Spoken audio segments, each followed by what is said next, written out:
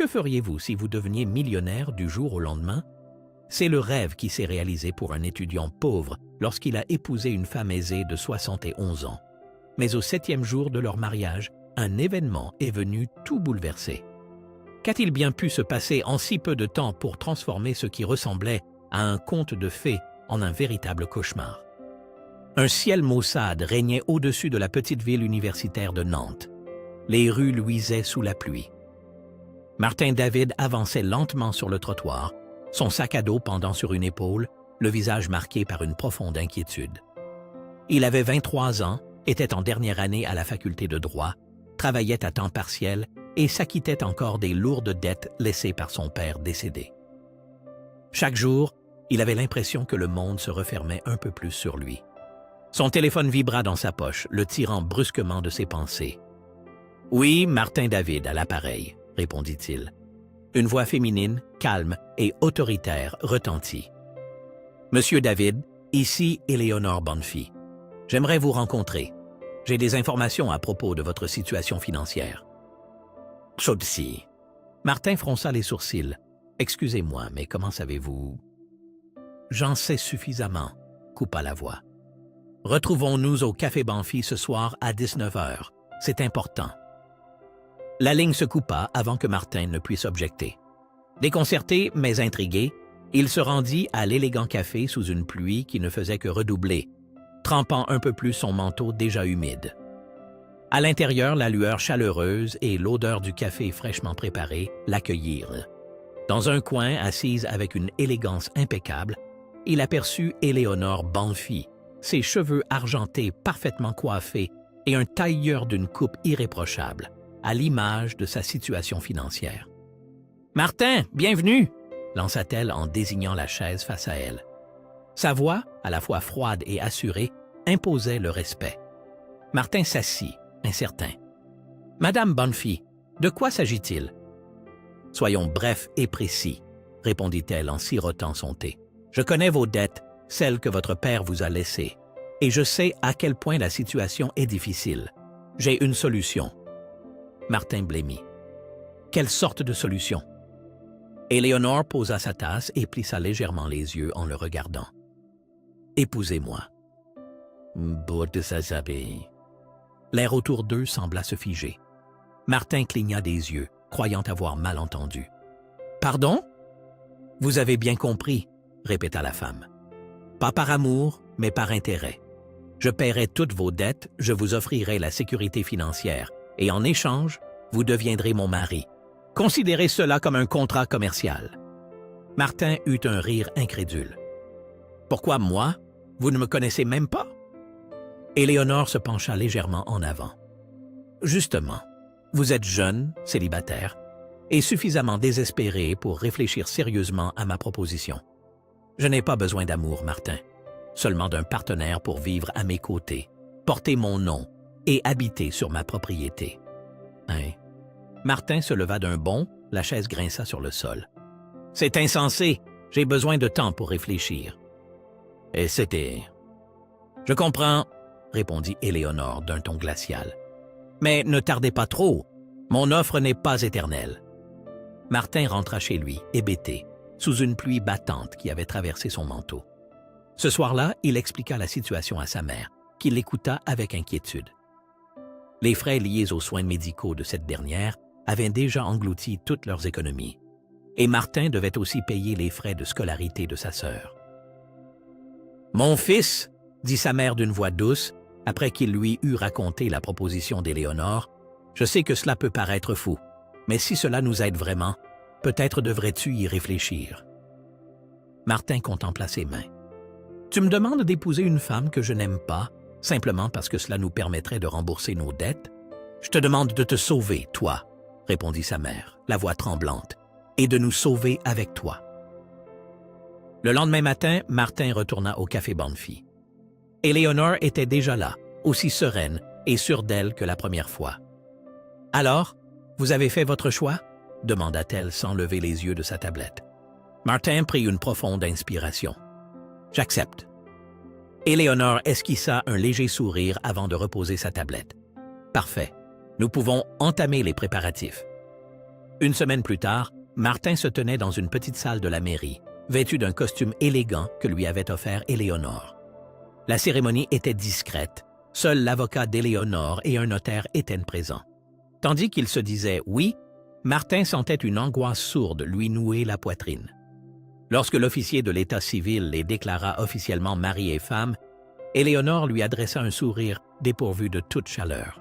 « Bienvenue dans votre nouvelle vie, monsieur David. » Alors qu'il sortait sous la fine pluie, Martin observa son reflet dans une flaque et ne put s'empêcher de se demander « venait-il de sauver sa famille ou de vendre son âme ?» Les immenses grilles en fer forgé du domaine Banfi s'ouvrirent dans un grincement lorsque le taxi de Martin emprunta l'allée de Gravillon. Au loin, le manoir se dressait, avec ses imposantes colonnes et sa façade lisse, digne d'un musée. Les fenêtres, grandes et sombres, donnaient à l'ensemble un air désert. Martin descendit du taxi, sa valise à la main, le sentiment étrange d'entrer dans le rêve de quelqu'un d'autre, ou peut-être dans son propre cauchemar. Éléonore l'attendait dans le vaste hall, arborant la même élégance froide que d'ordinaire. « Bienvenue chez vous, monsieur David. J'espère que tout vous conviendra. Le dîner est servi à 19 heures. » Martin hocha la tête sans mot dire, puis suivit la gouvernante jusqu'à la chambre qui lui était réservée. L'intérieur était somptueux, un lit immense, des meubles anciens et des baies vitrées offrant une vue sur le jardin. Malgré le luxe, l'endroit dégageait une froideur qui laissait penser que nul ne l'avait jamais habité. Ce soir-là, Martin se tenait à table, raide, tandis qu'Éléonore, vêtue d'un chemisier de soie et d'un collier de perles, prenait son repas avec une grâce méticuleuse. Le dîner était raffiné, concocté par un chef invisible, et le personnel évoluait sans un bruit. « J'espère que vous saurez vous adapter », lâcha Éléonore en découpant sa pièce de bœuf avec précision. « C'est bien plus grand que tout ce que j'ai connu », répondit Martin prudemment. « Je pourrais même m'y perdre. » Éléonore offrit un sourire condescendant. « Vous vous habituerez, ou pas, mais au moins vous êtes ici. » Martin se sentit mal à l'aise devant tant de franchise. « Vous n'avez jamais beaucoup parlé de votre précédent mari, » tenta-t-il avec prudence. Le geste d'Éléonore se figea. Elle reposa lentement ses couverts et s'essuya la bouche avec une serviette. C'était un homme d'affaires, comme votre père. Vous l'avez peut-être rencontré, mais, comme vous le savez, tout rendez-vous ne se termine pas toujours bien. « Yubagi !» Martin sentit un frisson le parcourir. « Qu'entendez-vous par là ?» Le regard d'Éléonore se durcit. « Disons que certaines affaires inachevées vous hantent longtemps, mais c'est du passé. Vous comprendrez bientôt pourquoi je vous ai choisi, vous. » Ces mots énigmatiques ne cessaient de tourmenter Martin. Dans les jours qui suivirent, il erra dans les couloirs du manoir, croisant un personnel qui évitait constamment son regard. Souvent, il surprenait au détour d'un couloir des bribes de conversation, lui glaçant le sang. Pourquoi lui? Sait-il déjà? Elle ne fait rien sans raison.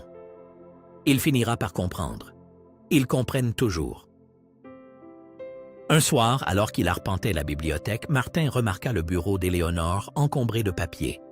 À côté, une petite clé ornée brillait faiblement sous la lampe. Après avoir jeté un coup d'œil autour de lui pour s'assurer qu'il était seul, il s'en empara.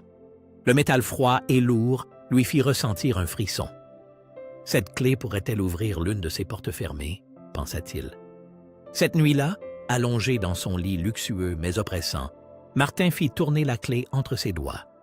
Des milliers de questions se bousculaient dans son esprit, mais une obsédait particulièrement. Qu'est-ce qu'Éléonore Banfi cachait réellement, et pourquoi l'avait-elle choisi, lui? Lorsque la demeure sombra dans le silence, Martin sortit de sa chambre, la clé semblant peser une tonne dans sa poche, presque brûlante contre sa cuisse. Son cœur s'emballa alors qu'il atteignait l'une des portes fermées et richement décorées du couloir. Le clair de lune se reflétait sur la poignée finement sculptée. Il jeta un dernier regard derrière lui, puis introduisit la clé dans la serrure. Un léger déclic résonna dans le silence. Lentement, très lentement, il abaissa la poignée et ouvrit la porte. La pièce semblait figée dans le temps. Les meubles poussiéreux et le papier peint fané dégageaient un sentiment d'abandon. Sur une table, des cadres photos en argent terni et des clichés jaunis évoquaient une époque révolue. On y voyait une jeune Éléonore Banfi au bras d'un homme, sans doute son défunt mari, et un autre couple que Martin ne reconnut pas. Mais c'est un tas de documents posés sur un bureau qui retint toute son attention. Martin les parcourut rapidement, le souffle court. Il s'agissait de dossiers juridiques décrivant les affaires avortées de l'époux d'Éléonore et du père de Martin. Au milieu se trouvait une lettre manuscrite accusant le père de Martin de fraude. « Tu as tout détruit. Tes mensonges ont causé la perte de ma famille. » Martin eut le souffle coupé en découvrant un dernier document. Un certificat de mariage portant son nom et celui d'Éléonore, daté de plusieurs semaines avant leur réelle cérémonie. Sur le bureau se trouvait aussi un vieux journal relié en cuir. Hésitant, Martin l'ouvrit. Les entrées, manifestement rédigées par Éléonore, révélaient un plan méticuleux visant à forcer Martin à l'épouser, dans le but d'assouvir un vieux ressentiment. « Je vais tout lui prendre, comme son père nous a tout pris. Il sera ma marionnette. » Il resta pétrifié lorsque la porte grinça derrière lui. « Tu t'amuses bien ?» résonna la voix glaciale d'Éléonore, tranchant le silence tel un couteau. Martin se retourna, pris de panique et de culpabilité. « Éléonore, Tu croyais trouver tes réponses ici ?» dit-elle en pénétrant dans la pièce, sa silhouette se découpant dans la faible lumière du couloir. « Tu sais ce qu'on dit? La curiosité peut causer la perte de bien des gens. Pour qui te prends-tu? » La voix de Martin tremblait à peine, mais il s'efforçait de paraître ferme. « Pourquoi m'as-tu réellement épousé? À cause de mon père? C'est une vengeance? » Le regard d'Éléonore s'assombrit. L'élégance froide qui la caractérisait jusque-là vacilla un instant. « Tu n'as pas le droit de poser des questions, Martin. Fais ce que tu dois faire et à la fin de ce mariage, tu repartiras avec plus d'argent que tu ne l'aurais jamais imaginé. N'est-ce pas suffisant? » Martin serra les poings. « Ça suffit. Tu m'as menti, tu m'as manipulé. Ce n'est pas un mariage, c'est un piège. » Un sourire glacé effleura les lèvres d'Éléonore. « Un piège, oui? Peut-être aurais-tu dû mieux réfléchir avant de signer les papiers. » Elle s'approcha, sa voix se faisant menaçante. « Tu penses être plus malin que ton père, mais tu ne réalises les conséquences de tes actes qu'une fois qu'il est trop tard. » Martin la fixa avec amertume. « Si tu haïssais à ce point mon père, pourquoi t'en prendre à moi? Je ne suis pas responsable de ce qu'il t'a fait. » Éléonore soutint son regard longuement, sans un mot. Puis elle fit volte-face. « Tout cela te dépasse, Martin. Ne mette pas ton nez dans des affaires qui ne te concernent pas. » Sur ces mots, elle s'éloigna, ses pas résonnant dans le couloir sombre. Cette nuit-là, Martin ne put fermer l'œil, hanté par les paroles d'Éléonore et par ce qu'il avait découvert dans la pièce scellée. Pourquoi tenait-elle tant à l'épouser? Était-ce vraiment uniquement pour se venger? Tard dans la nuit, il entendit des voix étouffées dans le couloir. Il s'approcha de la porte pour écouter. « Assurez-vous que tous les transferts de propriété se fassent en temps voulu, » disait Éléonore, glaciale et autoritaire. « On ne peut pas se permettre qu'il se rétracte. Le temps nous est compté. » Le sang de Martin se glaça, comprenant soudain l'ampleur de sa situation. Le lendemain, dans l'immense bibliothèque, Martin, rongé par la peur et le désespoir, réalisait clairement qu'il s'était embarqué dans une affaire pour laquelle il n'était pas préparé. La splendeur du manoir ne l'impressionnait plus. Il voyait désormais dans chaque pièce une prison dorée, recelant de sombres secrets. Ce soir-là, Martin alla trouver M. Vaillant, le majordome du manoir, persuadé que cet homme en savait beaucoup plus qu'il ne le laissait paraître. « Monsieur Vaillant, j'ai besoin d'aide, » implora-t-il, presque à voix basse.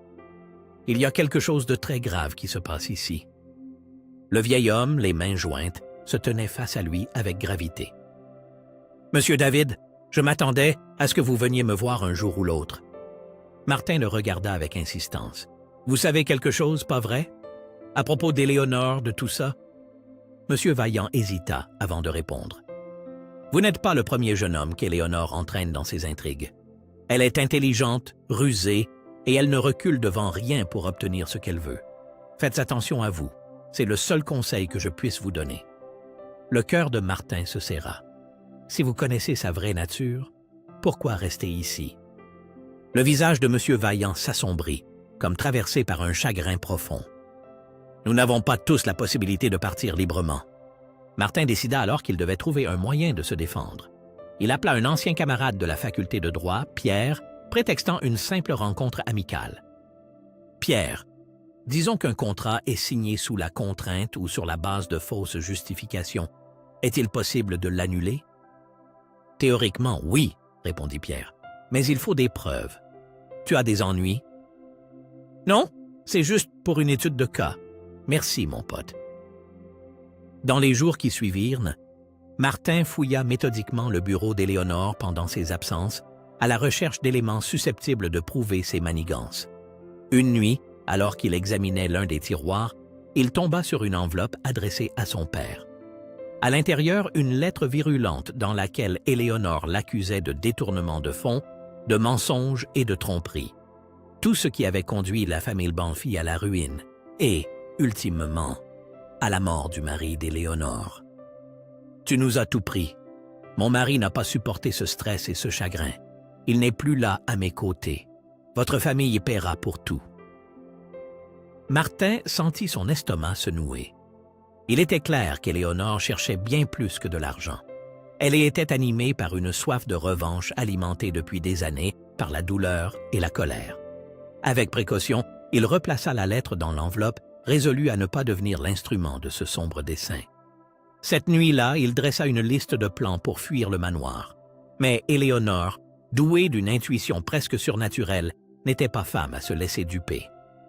Le lendemain matin, au petit déjeuner, elle apparut à l'improviste, interrompant le silence de la pièce.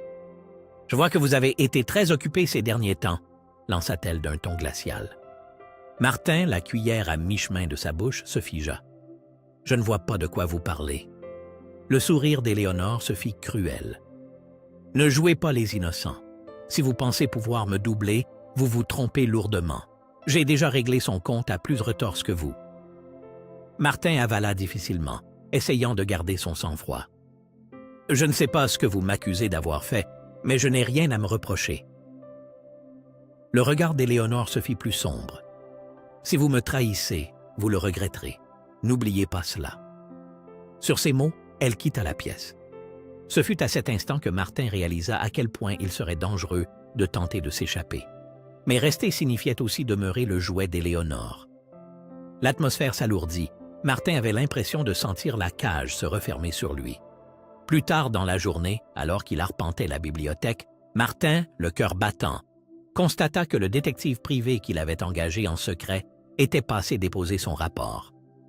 Le document confirmait ses pires craintes. Henri Banfi, le défunt mari d'Éléonore, autrefois un homme d'affaires prospère, avait tout perdu à cause d'une affaire immobilière frauduleuse orchestrée par le père de Martin. Peu après, Henri avait succombé à une crise cardiaque. Éléonore s'était retrouvée seule avec ses dettes et une colère féroce, prête à se venger de la famille de Martin. Tout devint limpide pour Martin. La proposition de mariage d'Éléonore n'était qu'un habile stratagème. Son objectif réel était de rendre la famille David responsable de sa souffrance, comme elle avait dû l'être.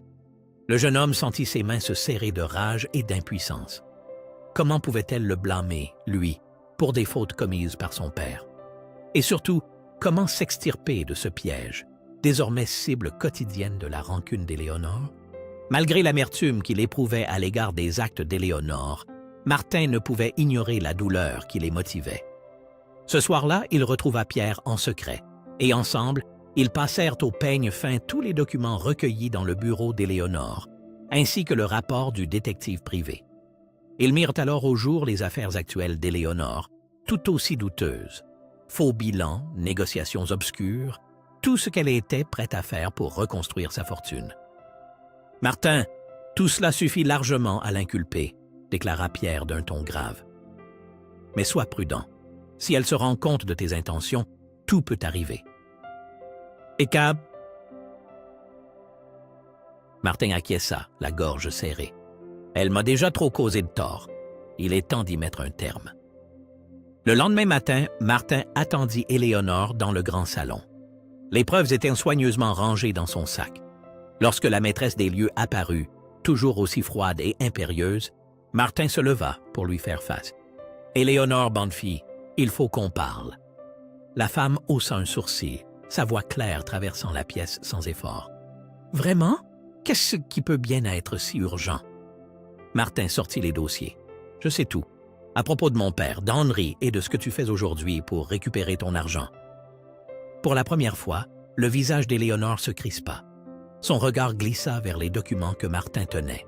« Tu as encore fouillé, n'est-ce pas? Sais-tu seulement ce que ton père a fait à ma famille? » Martin fit un pas vers elle, la voix tremblant de colère et de détresse.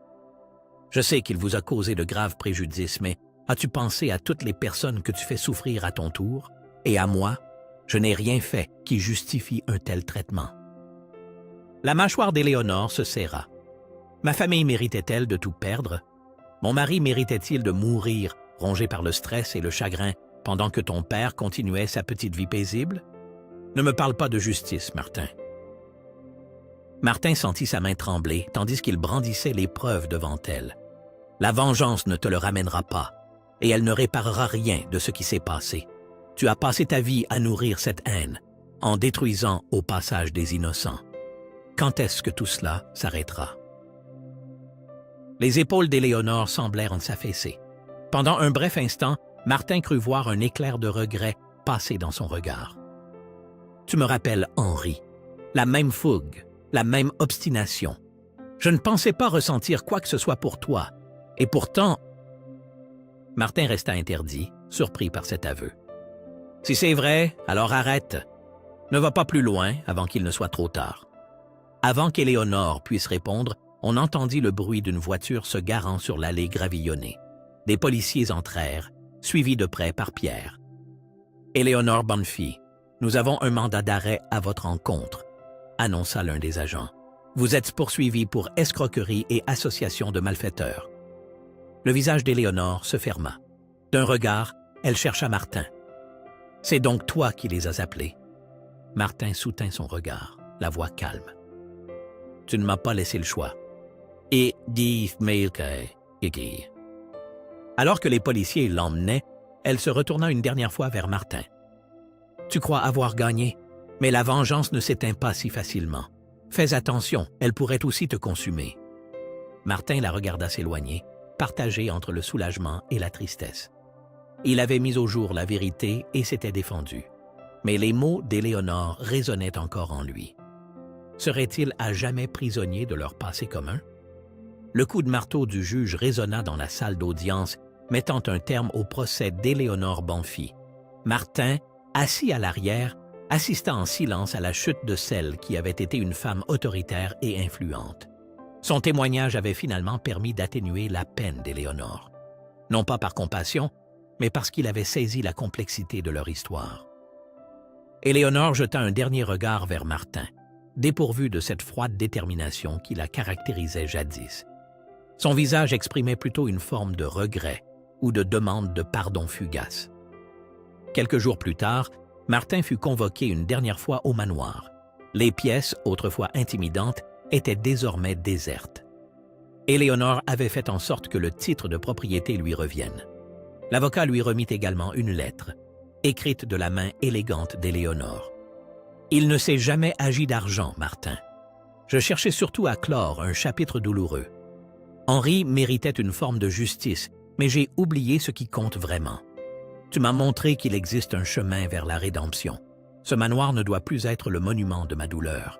Fais-en quelque chose de plus grand. » Martin n'hésita pas. Il vendit la demeure. Ce ne fut pas une décision difficile, car cet endroit, avec toute sa splendeur, n'avait été pour lui qu'une prison dorée, tant pour Éléonore que pour lui. Grâce à l'argent de la vente, il put rembourser les dettes familiales et libérer sa mère du fardeau que les erreurs de son père faisaient encore peser sur eux. Le reste fut consacré à la création d'une bourse d'études en hommage à Henri Banfi, un homme devenu la victime involontaire du conflit entre les deux familles. Martin reprit le chemin de la faculté Mais il n'était plus le même. Décidé à mettre le droit au service de bonne cause, il commença un stage dans une structure d'aide juridique destinée aux personnes victimes d'injustice, comme avait pu l'être Éléonore. Un après-midi d'automne, alors que l'air se faisait plus frais, il reçut une lettre dans sa boîte aux lettres du campus. Reconnaissant immédiatement l'écriture, il alla s'asseoir dans un petit parc tout proche pour l'ouvrir. Elle venait d'Éléonore. « Martin, j'ai eu beaucoup de temps pour réfléchir. J'ai longtemps cru que la vengeance guérirait la blessure laissée par la mort d'Hénori, mais je comprends aujourd'hui que la vengeance est une prison en soi. Ta gentillesse, malgré mes erreurs, m'a appris quelque chose dont je doutais. Le pardon n'est pas une faiblesse, c'est une force. Merci de m'avoir montré qu'il est possible de sortir du cercle vicieux que l'on nous a légué. J'espère que tu trouveras le bonheur qui m'a toujours échappé. Éléonore. » Martin resta un long moment silencieux, laissant ces mots imprégner son esprit. Puis il plia délicatement la lettre et la glissa dans sa poche. Une étrange sérénité l'envahit. 1 an après l'arrestation d'Éléonore, Martin assistait à une petite cérémonie en l'honneur des bénéficiaires de la bourse d'études. Derrière lui, une simple plaque était accrochée au mur. Bourse Henri Banfi, pour des deuxièmes chances. Son discours était empreint de gravité et d'empathie. Cette bourse ne se résume pas à l'argent. Elle offre une opportunité à ceux qu'on aurait pu oublier ou négliger. C'est aussi la preuve que la douleur peut être transformée en quelque chose de précieux, si on le décide. À la fin de la cérémonie, Martin se retira un instant, repensant à l'année écoulée et aux épreuves traversées. Il sortit dans la cour, un léger sourire aux lèvres, levant les yeux vers un ciel dégagé. Dans sa poche, la lettre d'Éléonore restait un témoin silencieux de tout ce qu'ils avaient appris, à propos de la réparation, de la vérité et du pouvoir libérateur du pardon. Merci d'avoir parcouru avec nous ce chemin extraordinaire, marqué par la persévérance, la rédemption et la capacité de pardonner.